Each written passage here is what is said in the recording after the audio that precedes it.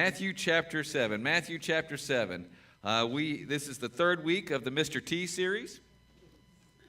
If you don't know what it is, then we have been talking about what God says makes us a fool.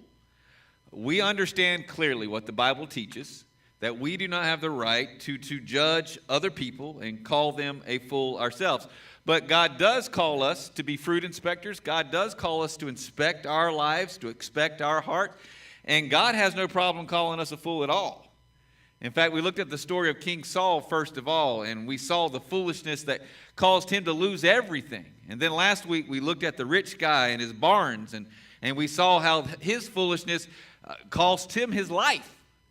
And so we've been amazed. I don't know about you, but we came in here, and when we started talking about doing the sermon series on what it means to be a fool and everything like that, I got the distinct impression that we were going to be talking about all those other people out there. But we have been surprised in these last couple of weeks at the foolishness within our hearts. We've been surprised at the foolishness within our families. We've been surprised at the foolishness within our church. And my simple prayer coming out of this sermon series has been, oh God, just kill the foolishness within us and replace it with wisdom. Will you join me in that? Because as we look through God's words, I'm just amazed at how what the Bible calls foolishness, we often call wisdom, and what the Bible calls wisdom, we call foolishness. We're going to look at it today about how God looks at money. We're going to look at today at how God views our finances. And why don't we start off here with what I call a law of the universe, a universal law. And the universal law that we need to look at first of all is this: fools and their money are soon parted. Fools and their money are soon parted. Proverbs 21:20 says, the wise have wealth and luxury, but fools spend whatever they get. Now, when I say something is a universal law, by the way, that's not a Christian law. That's not a church rule. If you haven't noticed, when God wrote the book of Proverbs, when he wrote Ecclesiastes, these are rules that are true for the pagan. These are rules that are true for everybody all over the universe. The Bible clearly teaches that fools and their money are soon parted. This is a law as certain as gravity. That if you have money and you are a fool, you will not keep that money for long. I think back to younger Randy. I think back to younger me. Were you like this? Maybe you're like this now. I would have Friday's paycheck spent by Sunday. In fact, when I had 3 small kids, I had most of my paycheck spent before I even got it. Am I the only one? Well, the Bible says that made me a fool, that I was being foolish with my money. And that's why Jesus says in John 12:8, you will always have the poor among you. Did you know that Jesus made that promise? He says you will always have the poor among you. Why? Because that verse in Proverbs 21:20 and John 12:8 reveals this painful reality. And the painful reality is this: a fool has no savings. A fool has no savings. Another translation of Proverbs 21:20 says this: fools waste everything they have. You see, a fool will spend $75 on a video game when they have $50 in their savings account. I am amazed at how beautiful and wonderful my mom has been throughout my life, but there was a season in my life where my mom was a fool. Let me explain to you what happened. My dad was smart. He was smart because he gave financial control over to my mom, because my mom was a bookkeeper. My mom was a financial person. She held the books for a bunch of different companies. Well, something told my dad when he was around 50 years old to ask mom what they had saved up for retirement. And imagine my dad's surprise when he had been giving my mom money all these years for retirement. But yet when he got 50 years old, he looked at his retirement accounts and nothing was in them. And when he confronted my mom on this, he said, honey, why? I gave you all this money for retirement. Why do we not have any retirement now? I'm 50 years old. I'm planning on retiring in 15 years. Honey, why do I not have any retirement? And this was my mom's response. Well, it's the babies. Every time I would start to put that money in the retirement account, the babies needed something. Every time I started to put that money in the retirement account, Randy needs something for school, or Ray needs something for this, Ed needs something for sports. And every time I started to put that money into retirement account, The babies needed something. So here was my dad, who had been years giving her money for retirement, who had no retirement at the age of 50. And so when he should have been living in wealth, when he should have been living in luxury, he spent the next 15 years of his life putting 40% of his income so that he would have something to live on when he retired. Why would my mom do that? Because my mom was being foolish. But notice what Proverbs 30, 24, and 25 says. Proverbs 30, 24, and 25 says, ants are usually wise and they store up food all summer. Now, I don't know if you've read much about the Proverbs, but the Bible continually says in Proverbs, hey, look at the ants, study the ants, be like ants, right? Allison's reading Proverbs right now. She goes, yep, I see ants a lot. Be like an ant. Now, why are ants unusually wise? Why? Because they save during the summer so that they'll have food in the winter. Now, by the way, if you know anything about weather, there's more food for ants when? In the summer. There's less food for ants in the winter. So they store up food in the summer so that when they don't have food, they'll have plenty left over. And so what do we see? We see that, you know what? We should be like the ants. We should be storing up when we have financial, when we're blessed, when we're working, when we're healthy, and we're making money. We should store up money. Why? Because winter is coming. So look at your sheet. We see that wise have savings with a purpose. Wise people have savings for the winters of life. But fools have no rainy day fund. Fools have no, if something happens, they're just all out of luck. And so today, God wants to use a story from the Bible in Matthew chapter 7 to keep us from being financial fools. Now, before you forget, let me remind you of something. You're saying, Randy, I didn't come to hear about money. Well, you just didn't come to hear from Jesus. Because Jesus talked more about money than he did about heaven. But you sure do like it when he talks about heaven. Well, guess what? If he felt the need to talk more about money than he did heaven, maybe there's something that we need to learn. And so read with me, if you would, in Matthew chapter 7, beginning with verse 24. It goes like this. Jesus says, anyone who listens to my teachings and follows it is wise like a person who builds a house on solid rock. Though the rains come in torrents and the floodwaters rise and the winds beat against that house, it won't collapse because it is built on bedrock.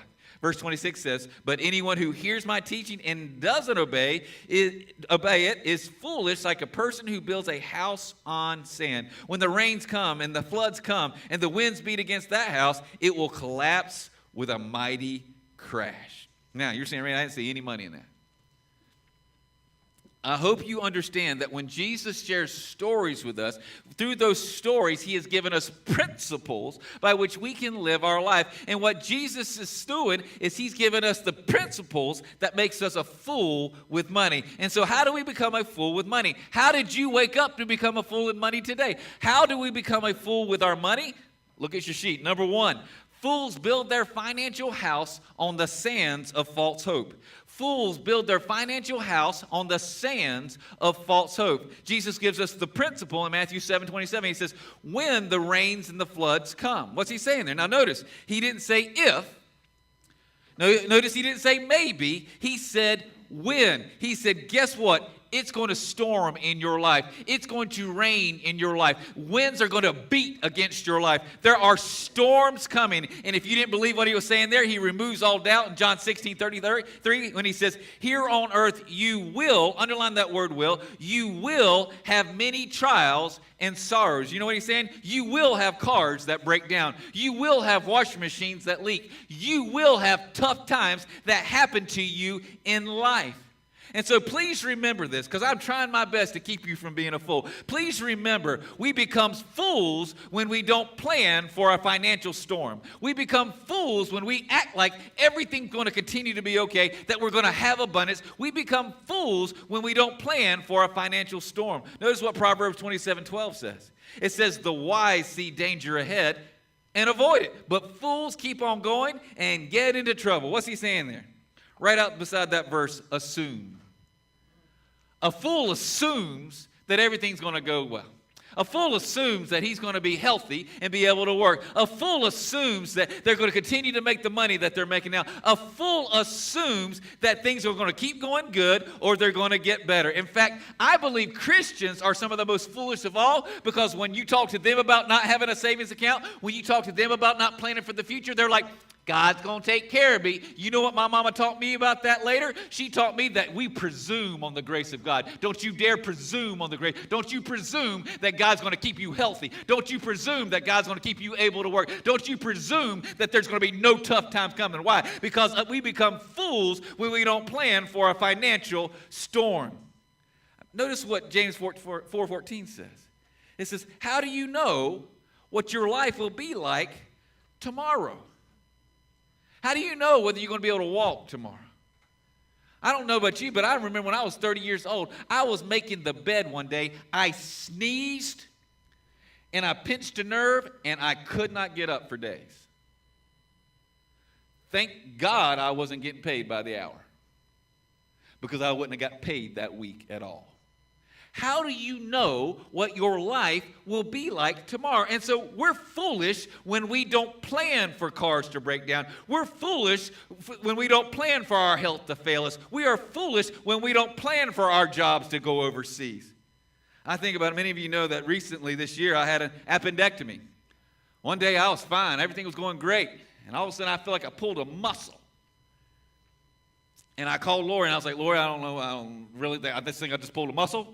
But what do you think? She's like, well, maybe you need to go by the doctor. So I go, next thing I know, less than 12 hours later, I've got parts of my body being taken out of me. You know what made me foolish? It was not the fact that I had an appendectomy.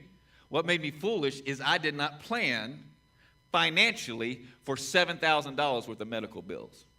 I shared with you last week, God gave me an abundance in 2017, and I did not take that abundance because He knew, by the way, that 2018 was coming. He knew that my appendix was going to fall apart. He knew what was happening. He gave me an abundance in 2017, but you know what? I did not plan to go to the hospital. I did not plan to get sick. I did not plan. By the way, how foolish is that?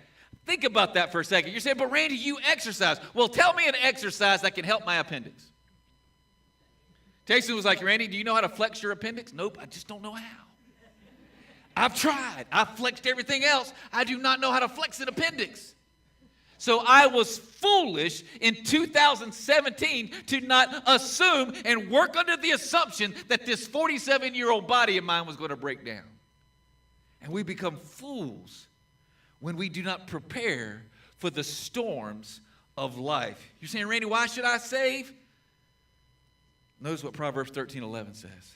It says, whoever gathers money little by little makes it grow. Underline that little by little. By the way, some of you sitting there say, well, I can only save if I can put aside $2,000 a week. What? How about you put $5 a week? How about you drink less energy drinks and put that in your savings account? How about you get rid of Netflix for 1 month and put that $14 in your savings account? We save little by little, and God makes it grow. And so as you flip your notes over, we see that first of all, fools build their financial house on the sands of false hope. But notice secondly, fools build their financial house on the sand of debt. On the sand of debt. We see the principle in Matthew 7:27. It says, the winds beat against that house. You know, I heard this week, in fact, I just listened to it again on the way in here, that the average American saves $2 out of every $100 that they make. That the average American spends, let's put it another way, 98 out of the $100 that they make. You do realize that is a recipe for debt. If you are saving $2 out of every $100, you have a recipe for debt. Why? Because we just saw that tough times are coming. The winters of life are coming. We will have a winter of life after our money-making summer. You're saying, well, Randy, what's that got to do with debt? What does winds beat against that house have to do with debt? Well, please remember this. Please remember. Look at your sheet. Fools use credit cards as their savings account. Fools use credit cards as their savings account. I ask people all the time as I'm doing their budget, well, what's your savings account? Well, I got this credit card. You just basically tattooed on your forehead, I'm a fool. You're saying, why is that bad? Well, notice what Proverbs 22:7 says. A borrower is a slave, underline that word slave, to a lender. And when we borrow money from credit cards, credit card folks, we become their slaves. You do understand credit card companies are the modern day slave owners because the borrower is a slave to the lender. You're saying, Randy, I still don't understand what it means to be beat. Beat, how the winds beat. How does that apply? what happens all around the world? What happens when slaves don't do what they're supposed to do? They get beat. And the same thing happens to us. You do realize when you accrue credit card debt, our debt becomes a cruel master, and it beats us every month. You know, I was amazed back when I was 22 years old when my marriage counselor said, hey, number one reason for divorce is money. I was like, well, you're crazy. Money's not, ain't no, what idiots fight over money? Then, I don't know about you, my first marriage, I walked into that marriage with $12,000 worth of credit card debt. And those monthly bills just beat us, and they beat us, and they beat us. Borrowers are slaves to the lender. And what I have found is too much debt can beat the life out of any marriage. Too much debt can beat the life out of any family. Too much debt can beat us like the winds in our scripture. And so we see that fools build their financial house on the sands of debts. Fools build their financial house on the sands of false hope. But notice number 3. Fools build their financial house on the sand of stinginess. Fools build their financial house on the sand of stinginess. Now, because there's some of us right now, so far, you're just like, you're trying hard to be humble, right? Because you ain't got no credit card debt. You're trying hard to be humble. Why? Because you know you got a little bit set aside in savings. And you're like, I ain't no fool when it comes to money. Yeah, look at me. A fool builds their financial house on the sand of stinginess. Again, the principle is found in Matthew 7:27. It says, their house will collapse with a mighty crash. What's Jesus saying there? Jesus is saying there's one more thing that will bring financial destruction down upon us. You're saying, what is that? Well, notice what Proverbs 28:22 says. It says, a stingy person is in a hurry to get rich, not realizing that poverty is about to overtake them. Underline that word overtake, because that literally means to tackle. That literally means to attack. And he's saying to you, he's saying to me, if we allow our natural stinginess to continue when it comes to our finances, that we are asking for poverty to attack us, to tackle us, to overtake us. By the way, have you ever had to teach a kid to be stingy? Stingy with their toys? Stingy with their food? In fact, one of the games I love to play, I always wonder why my daddy did this. One of the games I love to play with little 1-year-old, 2-year-olds that just beginning to talk is to walk up to them and go, that's my toy, mine. That's my mama, mine. That's my shirt, mine. Why? I don't have to teach a kid to be stingy. We born stingy. You're saying, Randy, what do you mean by stingy? Let me give you a definition, because some of you make this complicated. The definition of stingy is this: to keep for ourselves what we should give to others. To keep for ourselves what we should give to others. Again, go back to the kid analogy. One of the first phrases that Jessica learned, because she had an older brother and older sister. One of the phrases that she learned first off the bat was, Jesus says share. Because every time they had a toy, every time they had a snack, every time they had something that Jessica wanted, Jessica would get all spiritual on them and say, Jesus says share. All right? What was Jessica saying? Don't be stingy. Don't be stingy with that toy. Don't be stingy with that tool, that food. Don't be stingy. Notice what Deuteronomy 15:7 says. It says, don't be hard-hearted or tight-fisted toward people. Right out beside that, stingy. That's what he's talking about. A stingy person is hard, whose heart is hard, and their fists are clenched. They don't share. By the way, stinginess doesn't just affect our money. I have found that we are oftentimes stingy with our love. We do not give people the love that God has so graciously given us. We're stingy with our forgiveness. We don't give to others the forgiveness that God has graciously given to us. The Proverbs even talk about being stingy with your food. God has blessed you with so much, and yet you're too stingy to invite somebody over to share a meal with you. We're stingy. Our hearts are hard, and our fists are clenched. You're saying, Randy, so what? So I'm a little tight, right? Yes, my wife's elbowing me right now, but so what? I'm a little tight. Remember this. Only fools refuse to be generous. Only fools refuse to be generous. Why? Because Proverbs 11:24 gives us another divine law, universal law. It says, give freely and become more wealthy. Be stingy and lose everything. Now, you do realize who wrote that, right? That's Solomon, one of the richest men of all time. He says, if you want to get wealthy, give freely and become more wealthy. Be stingy and lose everything. Again, it's a divine law. It's not just for Christians. It's not just for church folk. This is for everybody. The divine law is this: obedient givers get more, while disobedient hoarders lose everything. Obedient givers get more, while disobedient hoarders lose everything. It's called the law of the harvest. 2 Corinthians 9:6 says this: remember this. A farmer who plants only a few seeds will get a small crop, but the one who plants generously will get a generous crop. Think about it. Some of you right now, all you want, I know why you're stingy. You're wanting to be financially secure. But think about it. Imagine yourself a farmer. How many crops do you think a farmer's going to get if he keeps all his seed in the barn? The only way to get a harvest is what? Is to go out and plant it. You've got to plant seed to get a harvest. And some of you, you've got all this seed that God has so graciously and generously given you, and you keeping it in your barn. You're keeping it in your checking account. Hey, some of you have even got a savings account that you're hiding from your wife. You're hiding from your family. You're hiding it. Why? Because you're stingy. And God says, okay, you go ahead. You're being a fool. Because if you want to really get rich, if you want to get wealthy, give freely. But you know what? Go ahead and be stingy, and you'll lose everything. You know, many of you don't realize that there's actually what I call the generosity challenge. There's a generosity challenge that's found in the Bible. Look at your sheet. Malachi 3:10 is what I call the generosity challenge. He says, if you're generous, says the Lord, I will open up the windows of heavens for you. I will pour out a blessing so great you won't have enough room to take it in. Try it. Put me to the test. Right out beside, that's generosity challenge.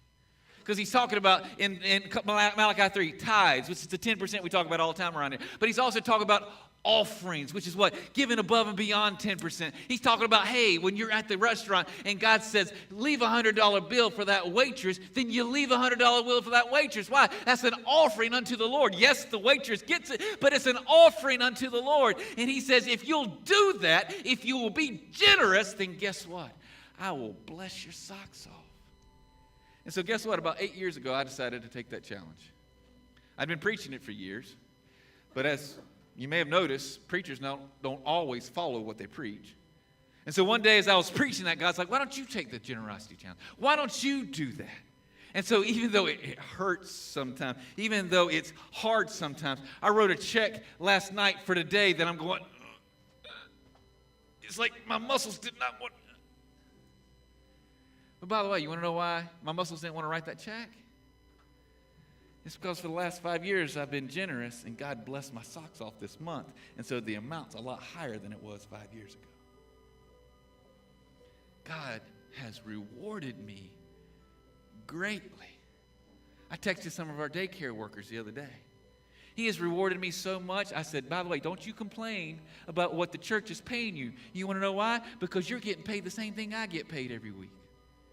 Now, how can I take such a small salary? Why? Because I've been generous and God has blessed my socks off. And why are we surprised by that? Notice what Jesus says in Luke 6:38. He says, give and you will receive. Your gift will return to you in full, pressed down, shaken together to make room for more, running over and poured into your lap. Here it comes, though. He has to give that condition, though. The amount you give will determine the amount you get back. Do you see what that last part? Every once in a while, God in his control says, I'm going to take a little bit of my control and I'm going to give it to you. And we do it all the time. For example, we'll go upstairs to the girls and we'll pick out 2 or 3 outfits for them. Are we in control of what our girls wear? Absolutely. But every once in a while, when they're being good and they're showing that they have a brain in their head, we will go out and we'll give them some of the control. We'll say, here's 3 outfits. You pick which one you want to wear. What are we doing? We are giving away some of our control to the girls so that they can use it. Well, guess what? God is in control. We learned that. Allison just sang that. He is the king of the world. But this is what our God has done. He has said, hey, if you give, then I will bless. You want to help control the blessings in your life? Then you give. What an awesome privilege our God has given us. He has said, I'll let you decide how much you want to be blessed financially. That's what he said. But you know what? The opposite is also true. The problem with free will, the problem with choice, is we can choose to be stupid. We can choose to be fools. And some of you, for example, can we be honest? The reason why you don't like to come to church is not that you don't like the music. You like the music. The reason why you don't like to come to church is not because you don't like the preaching. You like the preaching. You walk out of here encouraged. You want to know why you don't come to church? You want to know why you look for reasons not to come to church? You want to know why sometimes your wife comes to church without you? You want to know why? Because you're stingy. And you don't want to be guilted and to be reminded of how selfish you are. So my question for you is this, real simple. Only one question today, and that is, have you built your finances on the sand of foolishness? Have you refused to save? Have you gotten into debt? Have you refused to be generous? Oh, bow your heads, close your eyes, every head bowed, every eye closed.